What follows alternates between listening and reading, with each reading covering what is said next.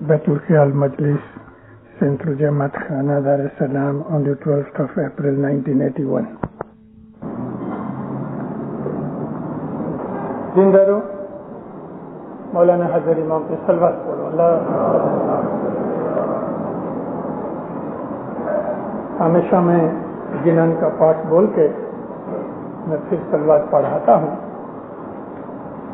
لیکن آج بیت الخیال کی اس مجلس میں بیت الخیال کا ایک گنان سیدہ امام بیگم کا کتھا ہوا. میں اس کا آپ کے سامنے ترجمہ کرتا ہوں. اس میں آپ کو بہت سے سوالوں کے جواب مل جائیں گے. سیدہ امام بیگم 1866 میں حضرت مولانا امام آقا حسن علی شاہ مباب کے بارے میں گزر گئی. اس وقت اس کی 100 برس سے زیادہ عمر تھی. وہ جس مکان میں رہتی تھی بمبئی میں، میں نے خود نے جا کے وہ مکان دیکھا ہے. دوپہلیہ بلڈنگ اس بمبئی کے مکان کا نام ہے. گرپیر حسن کبیر الدین کی اولاد میں سے تھیں. انہوں نے بہت سے گنان کتھے، لیکن ہمارے پاس ان کے 10-11 گنان ہاتھ میں آئے. باقی گنانوں کا کیا ہوا کچھ پتہ نہ لگا. گنان اس بارے میں ہے کہ ہم جب صبح کی عبادت میں بیٹھتے ہیں تو کس طرح سے ہمیں اس میں انوبھو ملتا ہے، ہمیں کون سی چیز پراپت ہوتی ہے. 2-1 مہینے پہلے پوپنگا جماعت خانے کے اندر اس صدر دین کے گنان سخی مہاپد کیری واد کے اوپر میں نے واز کی تھی، اور اس کے اندر پھر حسن کی صدر دین نے بیٹھک کرنے کا طریقہ بتایا. وہ واز کے بعد بہت سے بھائی بہن ایسے ملے کہ جنہوں نے کہا کہ ہم کو ابھی عبادت میں مزہ آتا ہے کہ صدر دین کا بتایا ہوا طریقہ ہے. میں وہ طریقہ آپ کو اس واز کے اندر بیان کروں گا. اے جی ہر دم جپو پیر شاہ نو جاپ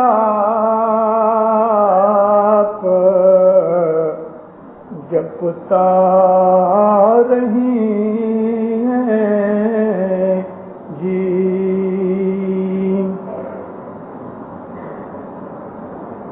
جی مول کمل بھائی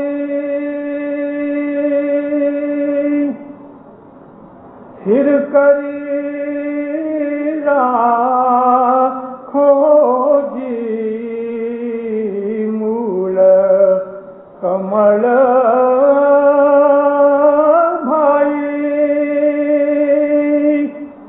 پھر کری راکھو جی.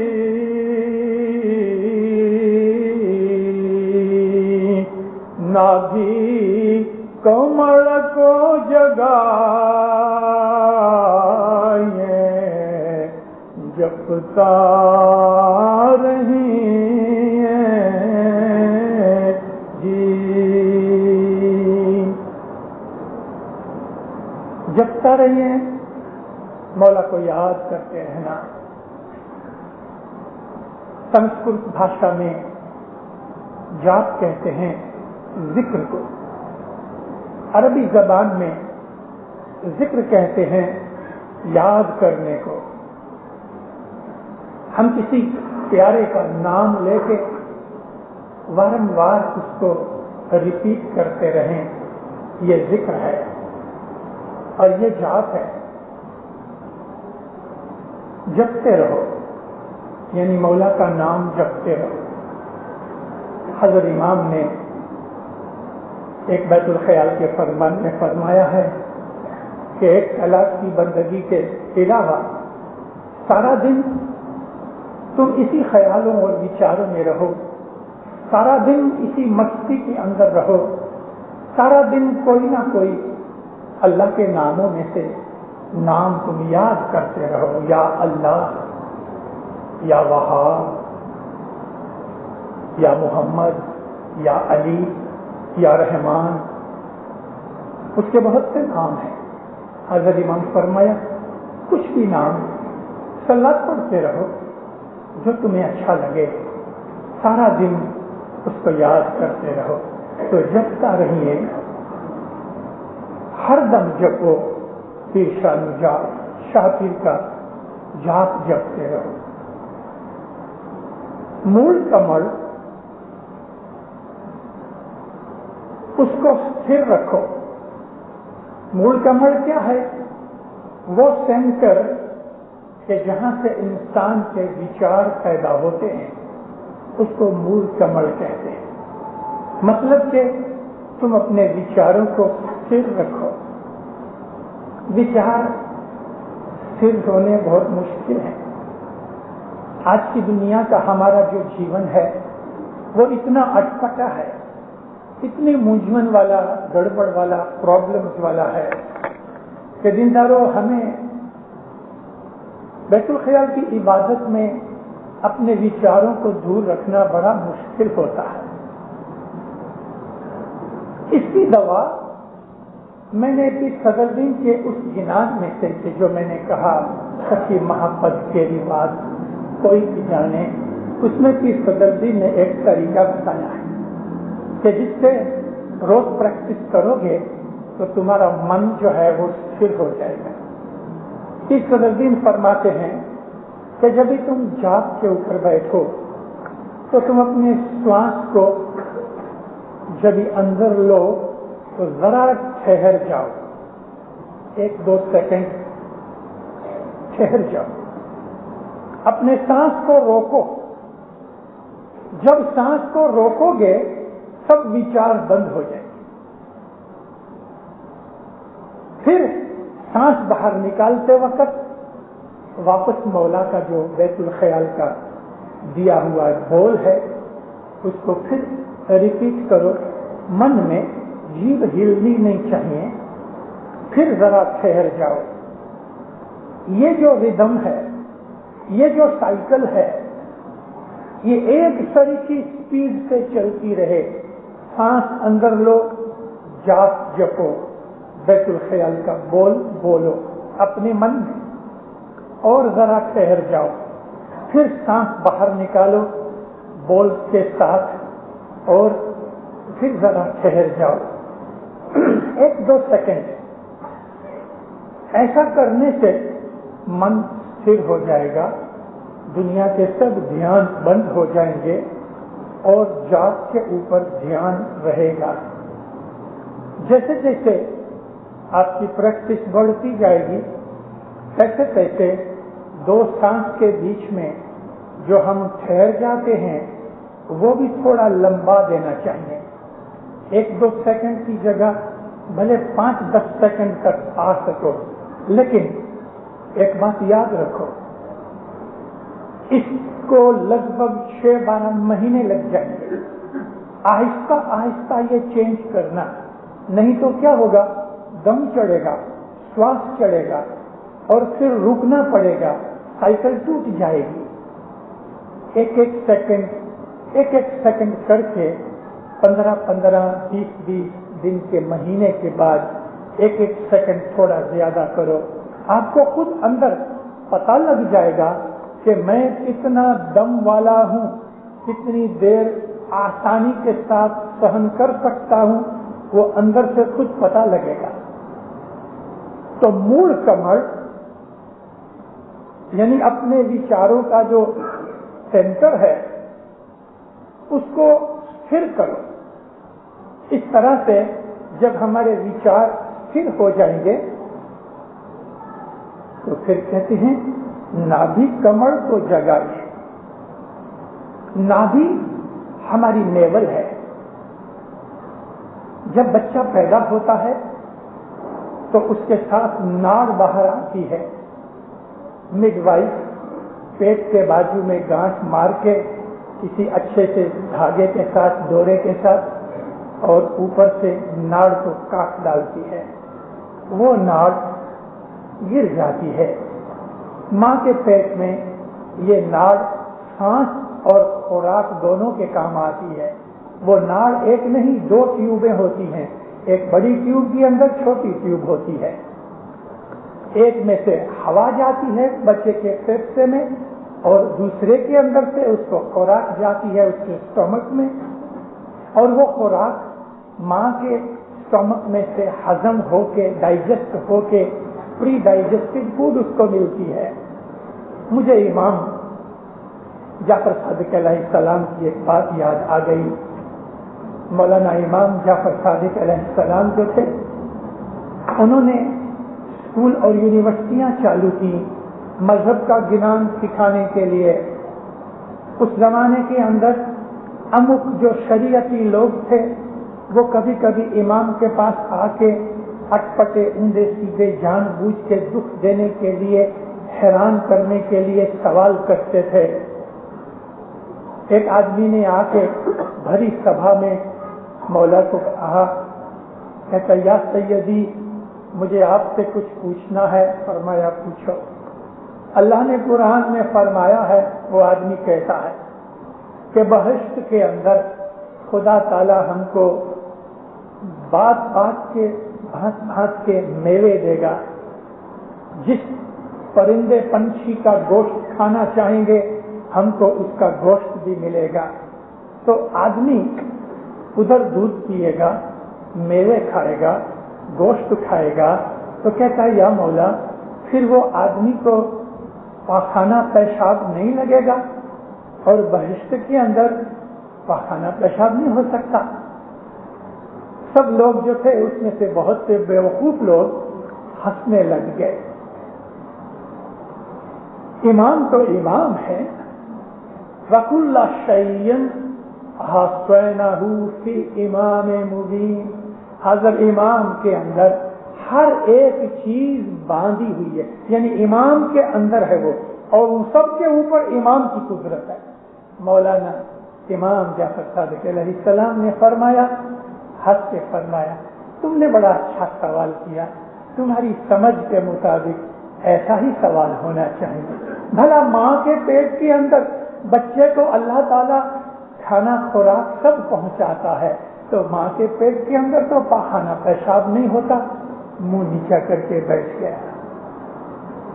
کیسا اعلیٰ جواب ملا اس کو. تو ماں کے پیٹ کے اندر خدا ہر ایک بچے کو پری ڈائجسٹڈ فوڈ نابھی سے دیتا ہے. تو نابھی کے اندر سے ہمارے پھیپھڑوں تک ایک نالی ہے، یعنی ایک ناڑ جیسی ہے، ایک ٹیوب ہے جس میں سے ہوا اوپر جاتی تھی اور بچہ سانس لیتا تھا. اس نابھی کی ناڑ کو جگاؤ.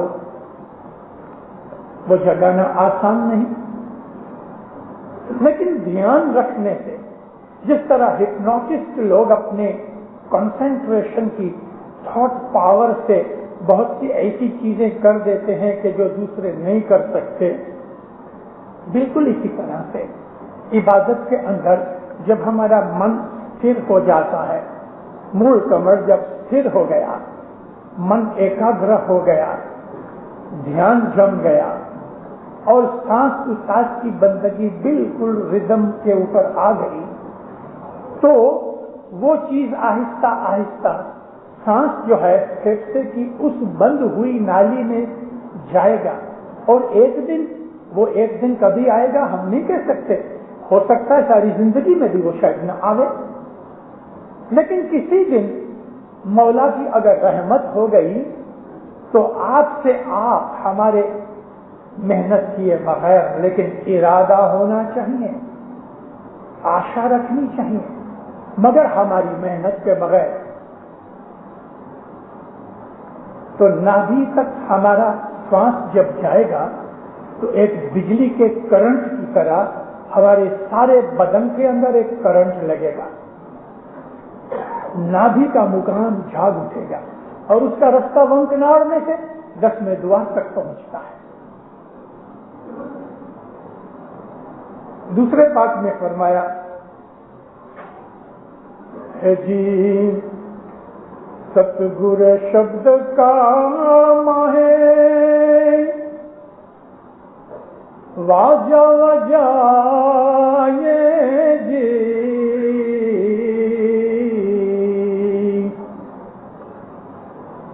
سرتی کو سوہنگ چڑھائے جپتا رہی جی. ستگر نے دیا ہوا بول اس کا واجہ بجاؤ. واجہ بجانے کا مطلب واجے کے اندر ایک تار ہوتی ہے, ایک ردم ہوتا ہے. جیسے گنانوں کے اندر جب ہم گنان راگ سے گاتے ہیں, کئی بھائی بہن ہیں وہ گنان بولتے وقت بے تالیے ہو جاتے ہیں, تال میں سے نکل جاتے ہیں, پتہ لگ جاتا ہے, سواد نکل جاتا ہے, راگ کا مزہ نہیں رہتا. عبادت کے اندر بھی ہمارے جو سانس ہے یہ سانس دھمن ہے, ایک طرح کی بیگ پائپ کی طرح. تو فرمایا ہے کہ ستگور کے دیے ہوئے شبد کا اس کے اندر ردم پیدا کرو. ایک طرح کی فریکوینسی ہونی چاہیے, ایک سانس لمبا اور ایک سانس ٹونکا ایسا نہیں ہونا چاہیے. جب تم اس کا واجہ بجاؤ گے یعنی تال کے اوپر آ جاؤ گے تو سرتی کو سوہنگ چڑھائیں گے. سوہنگ کہتے ہیں, یہ سنسکرت شبد سوہم ہے, لیکن ہمارے گنانوں کے اندر کولوکیل لینگویج ہے, یعنی وہ بھاشا کہ جو یونیورسٹیوں اور کالجوں میں نہیں بولی جاتی لیکن بازاروں میں عام لوگ بولتے ہیں. جیسے کہ رکھی سر کا جو شبد ہے وہ عام بھاشا ہے, اصل سنسکرت شبد جو ہے وہ رشیون ہے. تو اسی طرح سے سوہم ہے. سوہم کہتے ہیں سانس کو روک کے ہمارے اندر اس کا پرگھا پڑے, اندر سے آواز آوے, اس کو کہتے ہیں سوہم. سنسکرت ڈکشنری اگر دیکھو گے تو اس کے اندر لکھا ہوگا پوتانا سوانسنی آواز. لیکن یہاں ایکچولی کیا ہے کہ ہم جو شبد بولتے ہیں وہ شبد ہم بول چکے تو اندر سے وہ شبد ریپیٹ ہوتا ہے, اس کی آواز آتی ہے. وہ آواز اتنی باریک ہوتی ہے, اتنی سلو ہوتی ہے کہ کبھی ہم اپنی ساری سرتی لگا کے اس کو نہیں سنیں تو ہم کو سنائی نہیں دے گی. کبھی کبھی دور سے کوئی گانے کی آواز آتی ہوگی تو ہم اپنی ساری کنسنٹریشن, سارا خیال اس کو پک اپ کرنے میں لگاتے ہیں. ایسا ہی ہمارے اندر جاپ جپنے سے ہمارا جیو خود وہ جاپ جپتا ہے.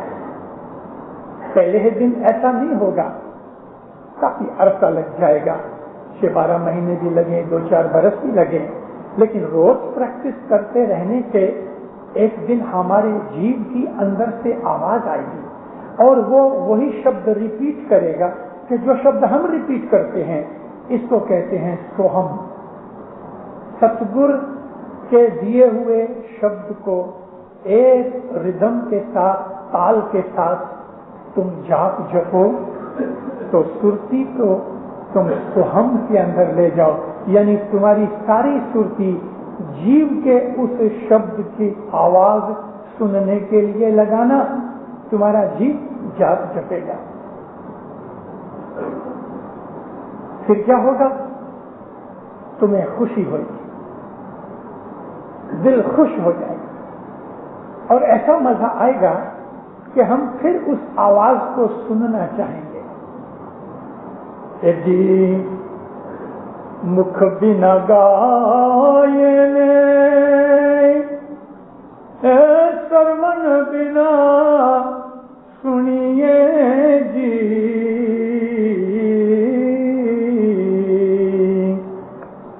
بن کر تال بجائے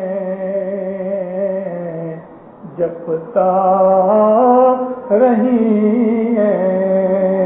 جی. مکھ کے بغیر گانا گاؤ. یہ جو گانا ہے وہ دنیا کے گانے کی طرح نہیں. جب انسان جاپ جپتے جپتے جپتے اس کی مستی میں آ جاتا ہے اس میں ایک قسم کی تال پیدا ہوتی ہے, ایک قسم کا ردم پیدا ہو جاتا ہے. اس ردم کے اندر آدمی کا دل ڈولنے لگتا ہے. مستی کے اندر سے آواز آتی ہے.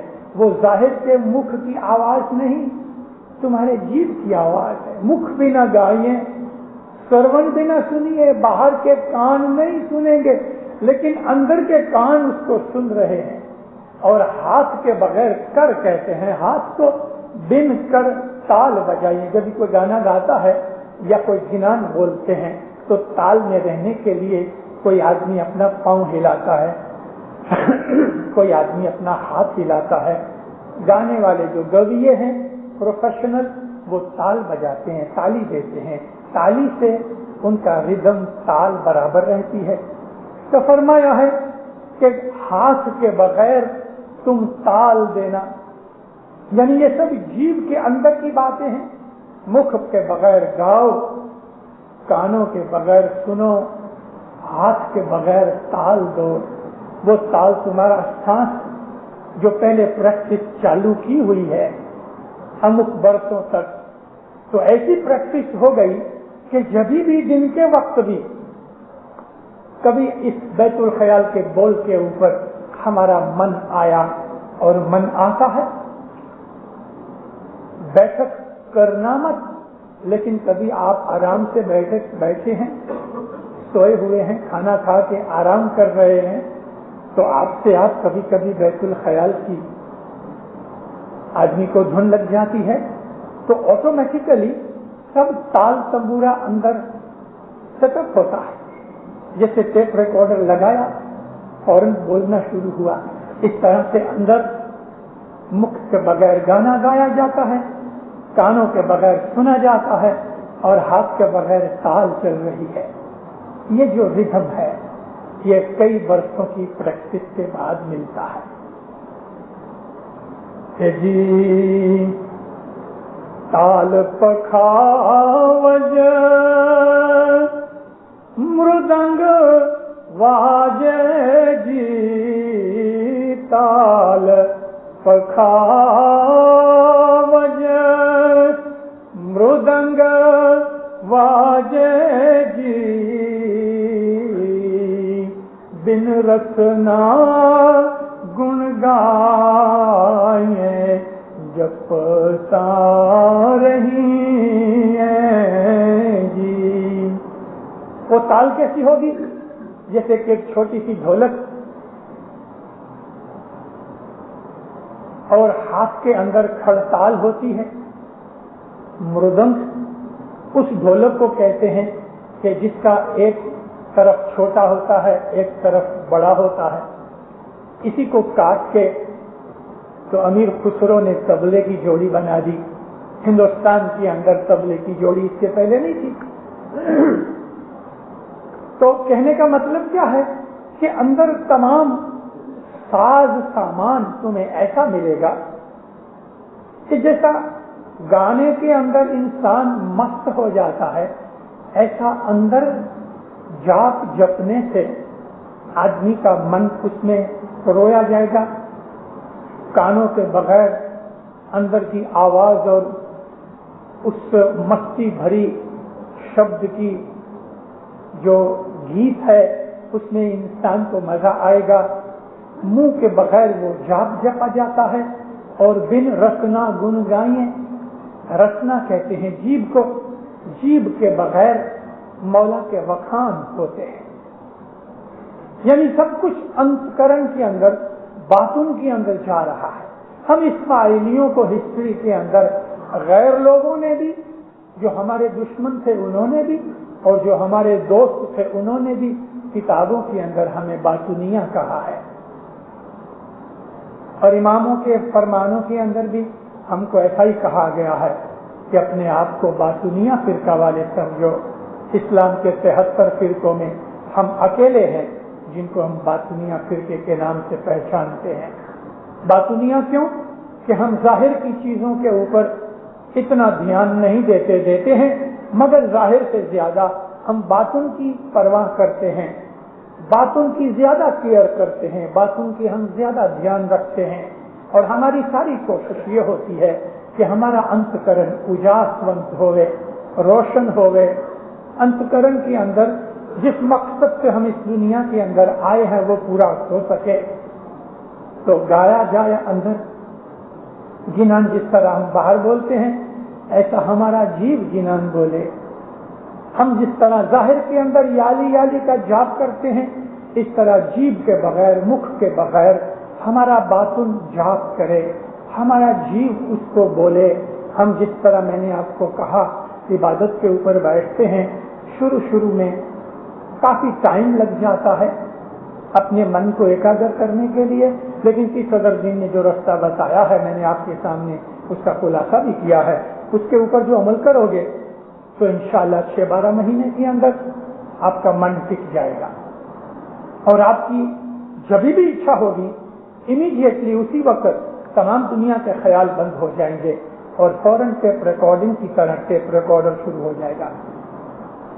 جب انسان کی یہ حالت آ جاتی ہے تو پھر مولانا حضرت امام کے ایک فرمان میں ہے کہ بیت الخیال کی عبادت میں اگر تم نے کچھ پراپت کیا ہوگا تو دنیا کی کوئی بھی پرابلم، دنیا کا کوئی بھی کوئلہ، دنیا کی کوئی بھی مشکل تمہیں حیران نہیں کرے گی، اور تم اس کا بڑی کامیابی کے ساتھ سامنا کر سکوگے، کیونکہ جب من ایکاگر ہو گئے تو اندر سب تاریں کھل جاتی ہیں، تمام کنیکشن مل جاتے ہیں، امیڈیٹلی آپ کو ان تمام چیزوں کا خلاصہ مل جاتا ہے۔ وہ آدمی اپنی زندگی میں کبھی بور نہیں ہوتا، کبھی اس کو مجھارا نہیں ہوتا، کبھی گھبراہٹ نہیں ہوتی، کبھی اس کے دل کے اندر کبھی خوف بھے نہیں ہوتا، کوئی ذات کا ڈر نہیں ہوتا، اس کے دل میں کبھی کوئی غم نہیں ہوتا۔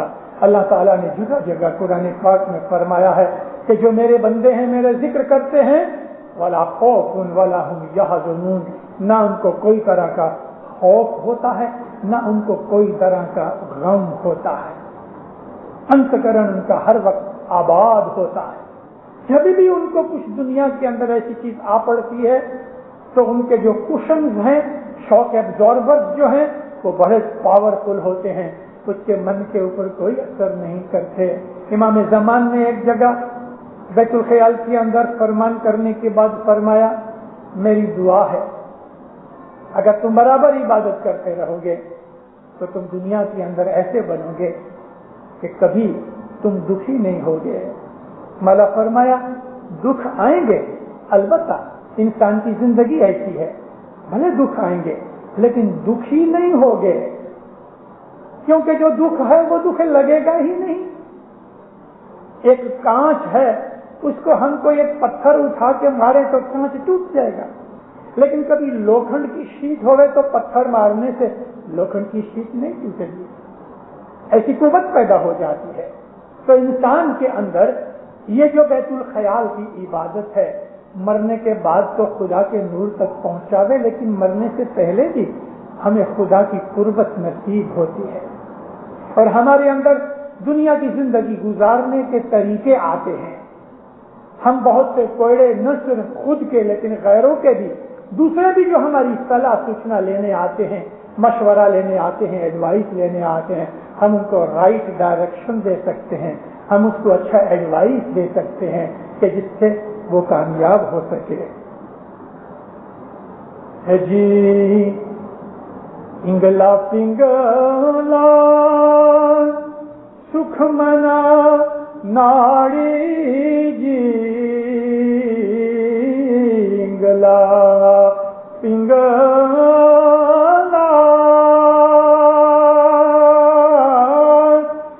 سکھ منا ناڑی جی پروینی کے تیر پر ٹھہرائے جپتا رہی جی۔ انگلا پنگلا ہماری جو دو نسکورے ہیں اس کو انگلا پنگلا کہا گیا۔ ہمارے ناک قریباً 1.5 کلاک ایک ناس چلتی ہے، دوسرے 1.5 کلاک دوسری ناس چلتی ہے۔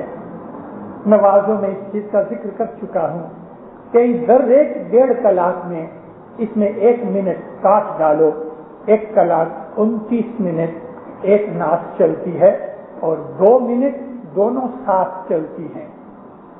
اس کو سکشمنا کہتے ہیں۔ واپس 2 منٹ کے بعد پھر دوسری سانس چلتی ہے۔ ہر ایک 1 کلاک 29 منٹ ایک ناس چلے، پھر 2 کلاک دونوں ساتھ چلے، تو انگلا پنگلا جب الگ الگ چلے۔ بعض کتابوں کے اندر رائٹ سائڈ کو پنگلا کہا، لیکن ہماری کتابوں کے اندر انگلا جو ہے وہ رائٹ سائڈ ہے، پنگلا جو ہے وہ لیفٹ سائڈ ہے۔ جب یہ دونوں سانس چلے در ایک 1.5 کلاک تو وہ سکشمنا ہوتی ہے۔ مگر یاد رکھو، اگر ہمارے بدن کے اندر کوئی تکلیف ہوئے گی، تاپ ہوئے گا یا اور کوئی تکلیف ہوئے گی، تو 1.5 کلاک 1 کلاک 29 منٹ سانس نہیں چلے گی، یا کمتی چلے گی یا زیادہ چلے گی، موسٹلی کمتی چلے گی۔ تو یہ ایک قسم کا تھرمومیٹر ہے، ہماری تندرستی برابر ہے کہ نہیں یہ اس سے دیکھا جا سکتا ہے۔ تو انگلا پنگلا سکشمنا ناڑی پروینی کے تیر پر ٹھہرائیے۔ ہماری دو آنکھوں کے بیچ میں اندر ایک خلا ہے، ویکیوم ہے، خالی جگہ ہے۔ یہ جگہ کے اوپر انگلا پنگلا ملتی ہیں جو سکشمنا بنتی ہے، اس کو وہاں ٹھہراؤ۔ ٹھہرانا کس طرح؟ خیال سے۔ جب یہ سانس چلتی ہے، ابھی یہ 1 کلاک 29 منٹ کی سانس ہر روز صبح 4 اور 5 بجے کے بیچ میں نہیں آئے گی، کیونکہ 1.5 کلاک ہے نا، لیکن ویک میں 1 یا 2 دفعہ ایسا ٹائم آئے گا کہ 1 کلاک کے اندر سکشمنا بھی چلتی ہوئے گی۔ جب یہ سکشمنا چلتی ہے تو مومنوں اس وقت دھیان لگانا اتنا ایزی ہے اور روکنا بھی اتنا ایزی ہے، اور اس کا سواد ملنا بھی بے حساب ایزی ہے۔ لیکن اب ہم کو کیسے پتہ لگے یہ سکشمنا کبھی چلے؟ کئی لوگ ہیں وہ 4:30 بجے آتے ہیں، کوئی آدمی 4:45 بجے آتے ہیں، کوئی آدمی آتے ہیں 4 بجے تو 10 منٹ کے بعد ٹانگیں لمبی کر کے سو جاتے ہیں، وہ سکشمنا تو گزر جاتی ہے۔ عبادت کے اندر 40-50 برس بھی نکال دو، کچھ ہونے والا نہیں، گاڑی نکل گئی۔ شیخ قاضی نے ایک ذکر کیا، کہتے کہ ایک شہر تھا، وہ شہر کے 10 دروازے تھے، بھکاری لوگوں کو اندر آنے کی رجا نہیں تھی۔ رات کے وقت، دن کے وقت بھکاری لوگ اندر آتے تھے، شام ہونے سے پہلے ان کو راجا کے سپاہی باہر نکال دیتے تھے۔ لیکن ایک ایسا بھکاری تھا جو اندھا تھا اور اس کو کوڑ کی بیماری تھی، آکھا بدن کھجاتا تھا، کھجلی ہوتی تھی۔ وہ بھیک مانگنے کے لیے آیا، ساتھیوں سے جدا ہو گیا، اب بالکل اکیلا رہ گیا۔ بہت آوازیں دی مگر کسی نے سنی نہیں۔ شام ہونے کے قریب آئی، بانگ کی آواز آئی، بڑا گھبرایا۔ اس نے سوچا چلو ایک دروازہ تو کھلا ہوگا، تو 9 دروازے بند ہو جاتے ہیں۔ تو اس نے شہر کی دیوار کو اندر ہاتھ لگانا شروع کیا، ہاتھ لگاتا گیا، ایک دروازہ نکلا وہ بند تھا، دوسرا دروازہ نکلا وہ بند تھا، تیسرا دروازہ نکلا بند تھا۔ جو دروازہ کھلا تھا جب اس کے نزدیک آیا تو اس کو کھجلی ہونے لگی، تو ہاتھ کھجلی کرنے میں رہا اور چلتا گیا، وہ دروازہ نکل گیا۔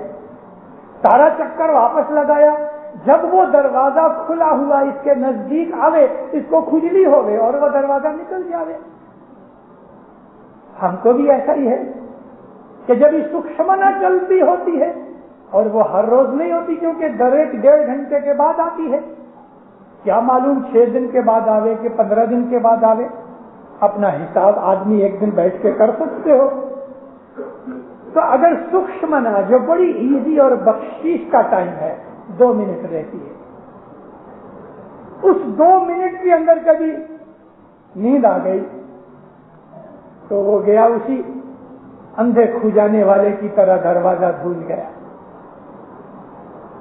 تو یہ سکشمنا جب وہ وقت آوے اور وہ وقت فیل ہوتا ہے عبادت کرنے والے کو فوراً پتہ لگ جاتا ہے کہ میری ابھی سکشمنا ہے. آپ سے آپ دھیان لگ جاتا ہے, آپ سے آپ مزہ آ رہا ہے. اس وقت اگر تروینی کے اوپر دھیان ٹکاوے اور مولا کے دیے ہوئے بول کے اوپر جو اپنے آپ کو بند کر کے رکھے, اس کو مولا بخشش دے. ہے جی بھمر گفا اوپر تخت براجے جی, بھمر گفا پر تخت براجے جی, وہاں جائی نشان لگائے جپتا رہی جی. یہ تو تروینی ہے. بھمر گفا, اس پیشانی کے اندر 3 سٹیپ اور ہیں. پہلا مقام ہماری ناک کی نوک ہے, دھیان لگانے کی, جس کو کبھی بھی کوئی پریکٹس نہیں, بگنر کے لیے ہے کہ اس کو اپنا دھیان یہاں لگانا چاہیے. جب من ستھر ہو جائے پھر وہ یہاں آتا ہے. یہ تیسرا سٹیپ ہے. تروینی کے اندر تیسرا سٹیپ ہے. تو 3 سٹیپ ادھر اور ہیں پیشانی کے اندر ہی. ایک بالکل پیشانی کے سینٹر کے اندر ہے, اور پھر ہمارے جہاں بالوں کا سینٹر ہے. بچہ جب ہی پیدا ہوتا ہے تو پتہ ایک سینٹر ہے جہاں سے سب بال نکلتے ہیں. بعض آدمیوں کے 2 سینٹر ہوتے ہیں کبھی کبھی. تو ان 2 کے بیچ میں جو سینٹر ہے یا جن کا ایک ہی سینٹر ہے, وہ سینٹر بھنور گفا کی جگہ ہے. اس کے اندر نیچے جو برین کی جو جگہ ہے, جہاں انسان کی سوچنے کی قوت ہے اور جہاں انسان کی انٹیلیجنس ہے, وہ بھنور گفا ہے. اس کے اندر بھنور کی طرح اوپر کے بال بھی ایسے بھنور کی طرح ہی ہوتے ہیں. سرکل کمپلیٹ نہیں ہوتا, جلیبی کی طرح گھومتا رہتا ہے. تو فرماتے ہیں بھنور گفا اوپر تخت براجے, مولا وہاں بیٹھا ہے. وہ تخت کوئی لکڑے کا نہیں ہے, کوئی چاندی سونے کی کرسی نہیں پڑی ہوئی. مطلب کیا ہے؟ وہ سینٹر ہے ہمارے سول کا, وہ سینٹر ہے ہمارے آتما کا, اور آتما مولا کا نور ہے. اس کے حکم سے وہاں جا کے اپنا نشان لگاؤ. یہاں نشان کا مطلب کوئی پینسل پین سے کوئی نشان چوکڑی مارنے کا نشان نہیں. نشان کہتے ہیں فلیگ کو, واؤچے کو نشان کہتے ہیں. وہاں اپنا جا کے نشان لگاؤ. مطلب کیا کہ اپنا اڈا جماؤ کہ یہ میری جگہ ہے, یہ میرا مقام ہے, یہ میرا قیام ہے, میں ادھر رہوں گا. یہ نشان لگاؤ. وہاں جا کے بیٹھو اور ہر روز وہاں کی سیل کیا کرو, روز ادھر جایا کرو. اس بھنور گفا کی روز سیر کرو. کاراروڑا مشنری کبھی کبھی جب ان باتوں کی ایکسپلینیشن دیتے تھے تو وہ کہا کرتے تھے, وہ تو 6 گھنٹے کی عبادت کرتے تھے. 6 گھنٹے, رات کو 12 بجے بیٹھے, صبح 6 بجے تک, کبھی رات کو 10 بجے اٹھے, بیٹھا رہے 4, 6, 5 بجے تک. اس جیسے تو آدمی ملنے مشکل ہے, وہ تو خدا کی خاص دین تھی. لیکن وہ کہتے تھے میں روز جا کے سیر کیا کرتا ہوں. جب وہ گزر گئے تو امام سلطان محمد شاہ نے اس کے لیے فرمایا کہ کالاروڑا دنیا میں رہتا تھا مگر اس کو 4 آسمان کی خبر تھی. 4 آسمان, پہلا, دوسرا, تیسرا, چوتھا, یہ 4 آسمان اور اس کے بیچ میں کیا ہوتا ہے اس کو خبر تھی. سیر کیا کرتا تھا. وہاں جا کے نشان لگاؤ. ہمارا بیت الخیال ایسا ہے مومنوں, یہ کوئی بچوں کا کھیل نہیں. ٹھیک ہے, امام نے بخشش دے دی, 16, 18, 20 برس کے جوان جا کے لے آتے ہیں, مگر ان کو کوئی سکھانے والا نہیں, اور جو سکھانے والے ہیں ان کو کوئی ملتا نہیں. آئے بول لے کے بیٹھ کے حاضر امام کے فرمان بھی سنتے ہیں تو ہم کو یاد نہیں رہتے جو فرمان بیت الخیال کے اندر بول دینے سے پہلے مولا نے کیے ایک دفعہ سن لیے. ہے کوئی ایسا کہ جس نے واپس مکی کمریا یا کسی مشنری کو جا کے کہا ہوئے کہ مولا کے وہ فرمان مجھے واپس بانچنے ہیں؟ تو دھیان سے وہ فرمان سنے. ہم کو عبادت کا شوق ہوئے,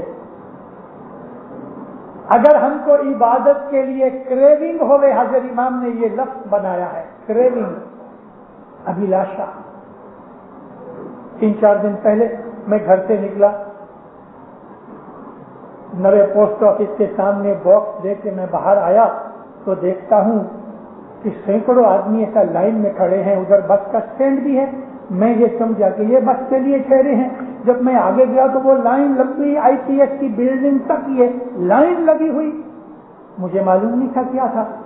تو ایک جگہ گاڑیاں سب رک گئی, پولیس نے سب کا ٹریفک رکا دیا. ایک کو پوچھا, میں بولا کیا ہے؟ کہتے بند. میں کہا سگارا. ارے میں بہت ہنسا. یا مولا, ایک سگریٹ کے لیے دیکھو تو صحیح کتنی لائن لگی ہے. ارے کتنی کریونگ ہے. 3-3.5 شلنگ کے پاکٹ کے لیے 20 شلنگ دیتے ہیں. ہم کو اس کا 10واں بھاگ بھی اپنی عبادت کے لیے ہے خیال. سگریٹ پینے والے کو 2 گھنٹے ایک جگہ بٹھا چھوڑو, اس کو نیچے اونچے نیچے ہوتے ہیں, کانٹے چھوٹتے ہیں. کب میں چھوٹوں اور نیچے جا کے ایک چھوٹا لگاؤں. کئی آدمی تو ایسے ہیں جیسے ہی مجلس میں سے چھوٹیں گے وہ انتظار بھی نہیں کریں گے, دادر اترتے اترتے پاکٹ کو دیکھیں گے, ہاتھ لگا کے ذرا تسلی ہو جاوے اور نیچے جا کے فوراً پہلے سگریٹ جلائیں گے. کتنی کریونگ ہے.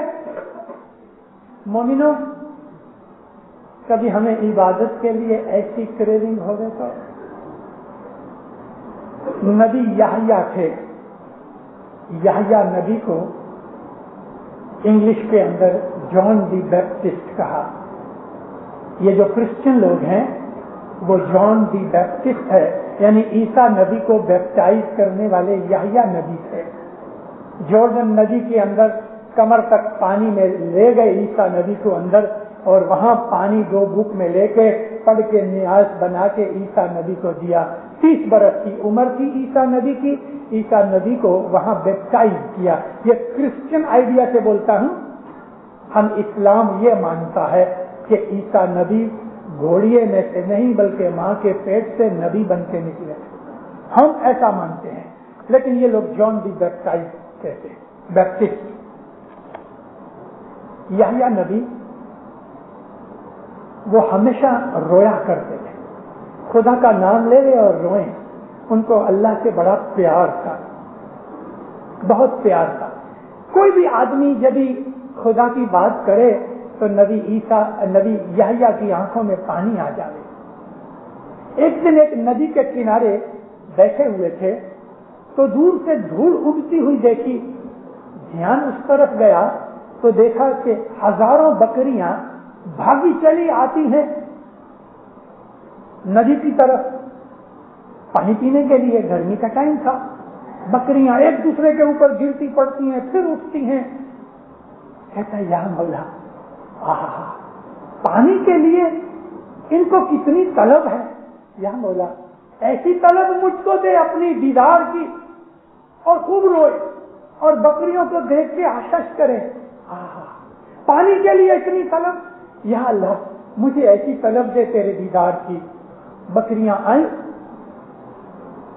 پانی پیا, ادھر ہی منہ پھرایا, کسی نے مینگنیاں کی, کسی نے موتر کیا, پیٹ پھرا ڈالی, فوراً سجدہ کیا, ہاتھ اٹھائے. یا مولا ایسی طلب نہیں چاہیے, ایسی طلب نہیں چاہیے کہ فوراً حاصل ہو جائے تو میں پیٹ پھرا ڈالوں. نہیں یا مولا, ایسی طلب نہیں چاہیے. عبادت کے اندر سب سے بڑی چیز انسان کی طلب ہے, اور طلب وہ ہوتی ہے آگ کی طرح کہ جو بجھتی نہیں جب تک کہ نور میں نور نہ مل جائے. موت سے پہلے نور میں نور ملنا مشکل ہے, تو موت تک ہماری طلب ہونی چاہیے. ہمیں ایسی طلب ہو گئے اور وہ طلب کے ساتھ سارا دن نکلے, سارا دن. یا مولا مجھ پہ رحم کر, یا مولا اپنی قربت نصیب کر، یا مولا اپنی خوشی عطا کر، مجھ پہ راضی ہو، مجھے بدیوں برائیوں سے بچا، یا علی مجھے اچھا بنا۔ سارا دن جو آدمی اسی مستی اور انہی خیالوں کے اندر پڑا ہوئے تو دیندارو، اس کو پھر رات کو جب وہ بیٹھنے کا موقع ملے تو اس کے لیے تو فرشتے ہر سامان لے کے تیاری بیٹھے۔ تو جبھی بھمر گفا کے اوپر تم اپنی سرخی میں پہنچ جاؤ تو سیدہ امام بیگم اس جنان میں کہتی ہیں وہاں جا کے تم اپنا مقام کرو، اپنا نشان لگاؤ، وہ تمہاری جگہ ہے، وہ تمہارا ایم ہونا چاہیے۔ اے جی کہت امام بیگم اے سنو مورا بھائی جی، کہت امام بیگم سنو مورا بھائی جی، یوں کری درشن پائے جپتا رہی جی، ہر دم جپو پیر شانو جاپ جپتا رہی جی، یوں کری درشن پائیں۔ یہ جو اوپر میں نے باتیں کہی ہیں سیدہ امام بیگم کہتی ہیں ایسی طلب کرو، ایسی محنت کرو، تب تم کو وہاں 10ویں دوار سے بھمر گفا پہ جہاں تخت پہ بولا براجمان ہے وہاں جا کے تم کو دیدار نصیب ہوئے گا، اور یہ وہ رستہ ہے۔ مومنوں ماشاءاللہ جماعت خانہ بھرا ہوا ہے، بہت سے لوگ دوسرے جماعت خانوں سے بھی آئے ہیں۔ میں ادھر صبح کبھی آیا نہیں، مجھے معلوم نہیں، لیکن اس کی آدھی حاضری بھی کروڑیے نہیں ہوتی۔ کیا ہمارے پاس بیت الخیال کا بول نہیں؟